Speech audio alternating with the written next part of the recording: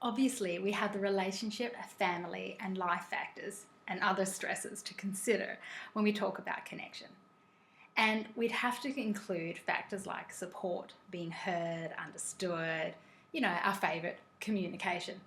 So if we manage to skip past all of those and take ourselves into the bedroom, it's a really fair question to ask. What factors will help us feel more connected and experience more pleasure? So from my perspective, our aim is to get out of our head and into our body. So if you're not worried and you're not questioning what's happening in front of you, right? So if you're not going, what is he like? What doesn't he like? Does he like what I'm doing? Is it too fast, too slow, too hard? Does he want me to stop? What should I do?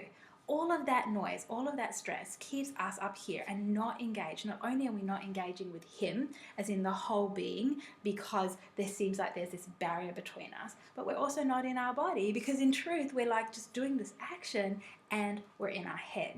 So we want to remember, out of head and into body.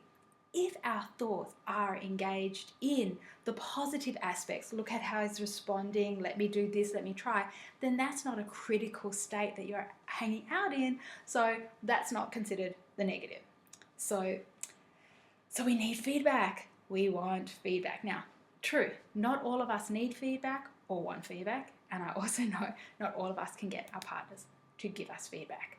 But for many of us, feedback or not receiving it is going to be one of the factors that keep us from keep us worrying about what's going on.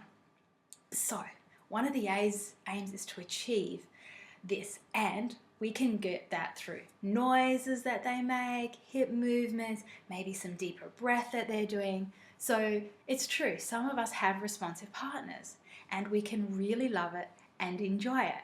We have to remember that, like us, most of our guys started off on their own in a room, secretly, quietly trying to get away with this. So the fact that they haven't engaged in noise may be fair enough.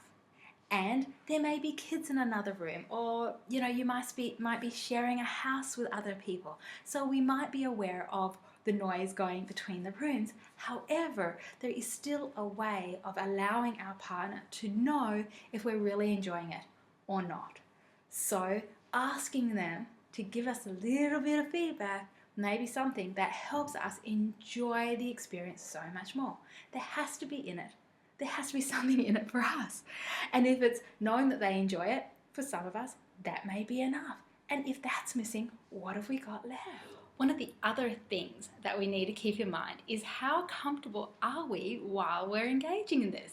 So if you're going nice and cruisy and slow and you're leaning over and you're engaged in this and your neck's just a little bit stressed, it's really not going to be a major drama. But if you're going for it and everything starts to ache, all of your awareness is actually in your own arm. It's not with them.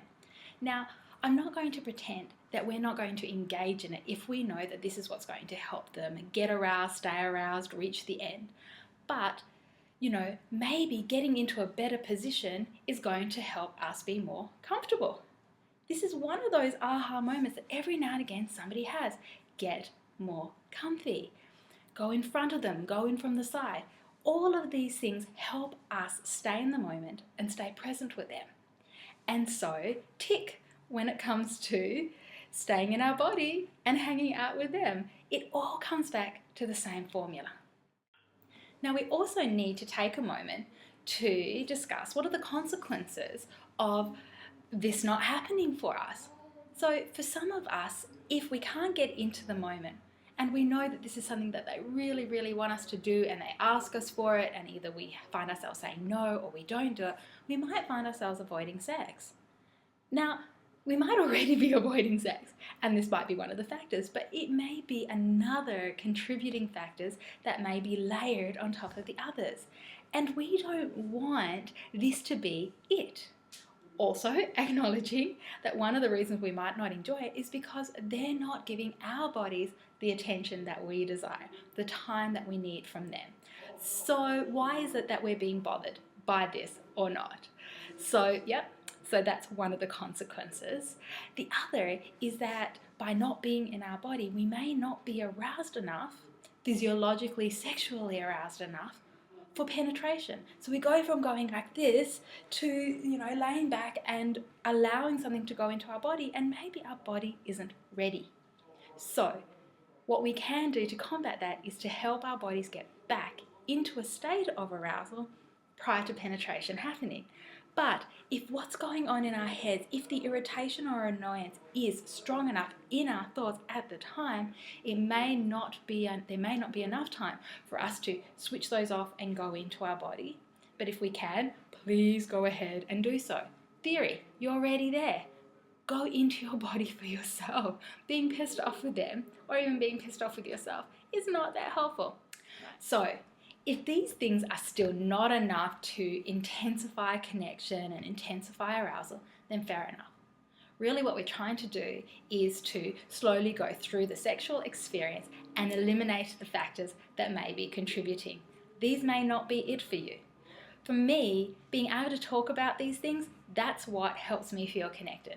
Knowing more, knowing how they're feeling, are they enjoying it, just the conversation outside of sex allows me to really, feel like I've got into a little bit of another aspect of them. So that really turns me on and works for me. My arousal is in my body, and when I'm aroused, I feel more connected with them. For some people, there are other factors and elements. It could be relational factors, it could be state of arousal, it could be how, relationship factors. So we can't look at this and go, everything about our arousal is sitting in this one formula. It's not.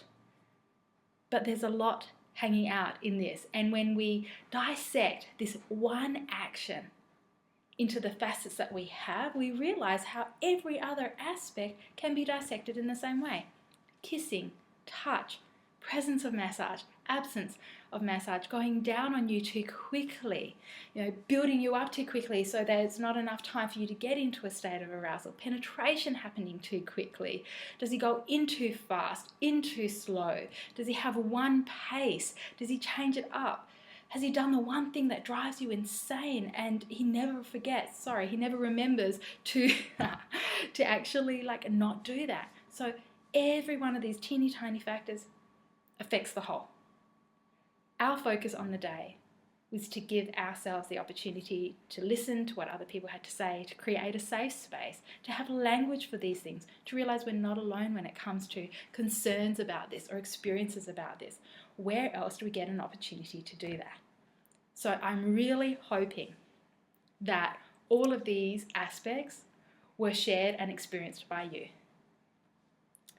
I loved hanging out with you. I can't wait to do it again. So see you at the next workshop, girls. And if you have any other questions, send them through.